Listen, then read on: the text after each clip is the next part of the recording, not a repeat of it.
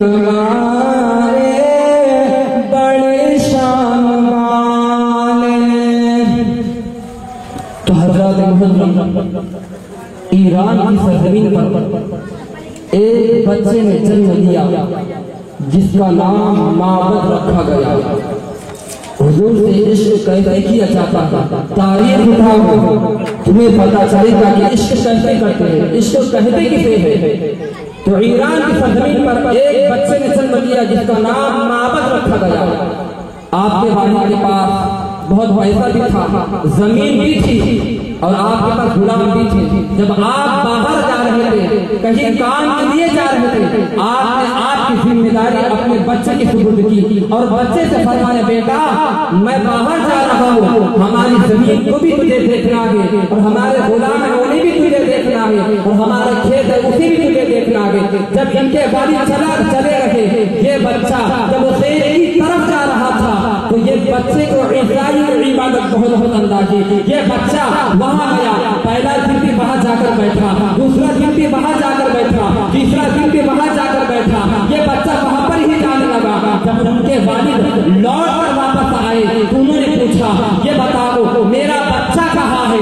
तो लोगों ने कहा न खेत की तरफ गया है न घर की तरफ आया है। जब बच्चा लौट कर वापस आया उनके वालिद ने पूछा, ये बताओ बेटा तुम कहाँ थे। तो वो बच्चा कहता है, मेरे बाबा जान मैं ईसाई की गिरजाघर में गया था, मैंने देखा उनकी इबादत मुझे बहुत पसंद आई, मैं वहां पर ही रहने लग गया था। जब इन्होंने ये बात सुनी आपको ख्याल आया और आपने बच्चे को कैद कर दिया, जंजीरों में जकड़ दिया।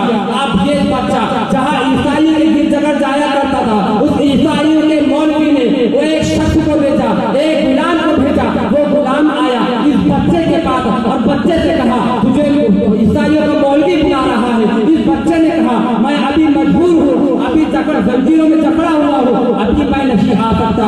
उनसे पूछना खुदा कहाँ मिलेगा, उनसे पूछना खुदा कहाँ मिलेगा।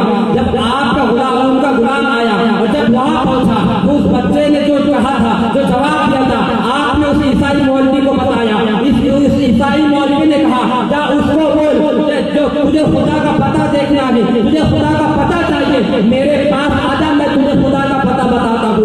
आप जब सफर रवाना हुआ, आप इस सफर के साथ रवाना हो गए और जाने के बाद कभी साल आप ईसाई मौलवी की खिदमत किया करते थे। उसने कहा था, मेरे पास आजा, मैं तुझे खुदा का पता बताता हूँ। कभी साल बीत रहे, आप उसकी खिदमत करते रहे, आप दूसरे उठाते रहे कि वो खुदा का पता बताएगा, आप उसकी खिदमत करते रहे कि वो खुदा का पता बताएगा। लेकिन एक ऐसा भी वक्त आया, ईसाई मौलवी के मरने का वक्त करीब आया। उसने कहा, ऐ बच्चे मैं तुझे तो खुदा का पता नहीं बता सका, लेकिन हाँ मुझसे बड़ा और एक मौलवी है, मैं तुझे उसके पास भेजता हूँ।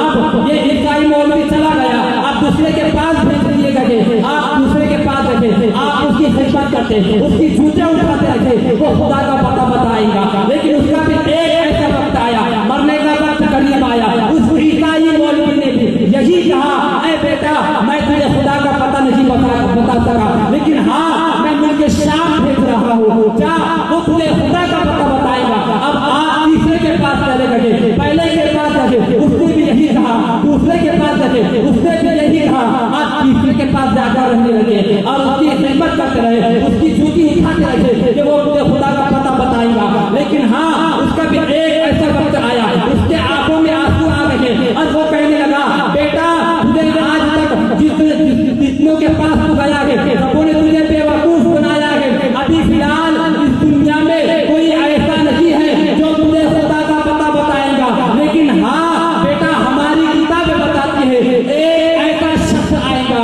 एक ऐसा महबूब आएगा जो हाथ यहाँ पकड़ेगा, खुदा के दामन करम में डाल देगा, जो हाथ यहाँ पकड़ेगा खुदा के सामने करम में डाल देगा।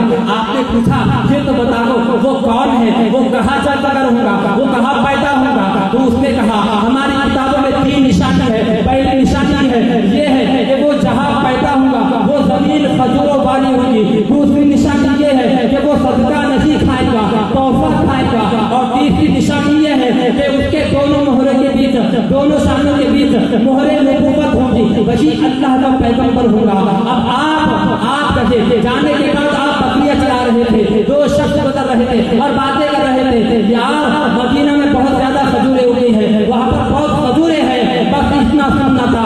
आप पहुंचे उनके पास जहाँ वो लोग जो खजूरों का तज़किरा कर रहे थे, आपने पूछा मुझे ये बताओ तुम किस जगह का तज़किरा कर रहे थे? उन्होंने कहा हम मदीना तो नहीं रहते, उस वक्त लफ्ज़ मदीना नहीं कहा गया था, उस वक्त यस्रब कहा जाता था। आपने फरमाया मुझे तुम कुछ भी करो उस जगह तक पहुंचा दो जहाँ अल्लाह का पैगंबर जल्द होने वाला है। जब आपने इतना सुना, आपने कहा मेरी तमाम बकरियां ले लो और मुझे उस जगह तक पहुंचा दो।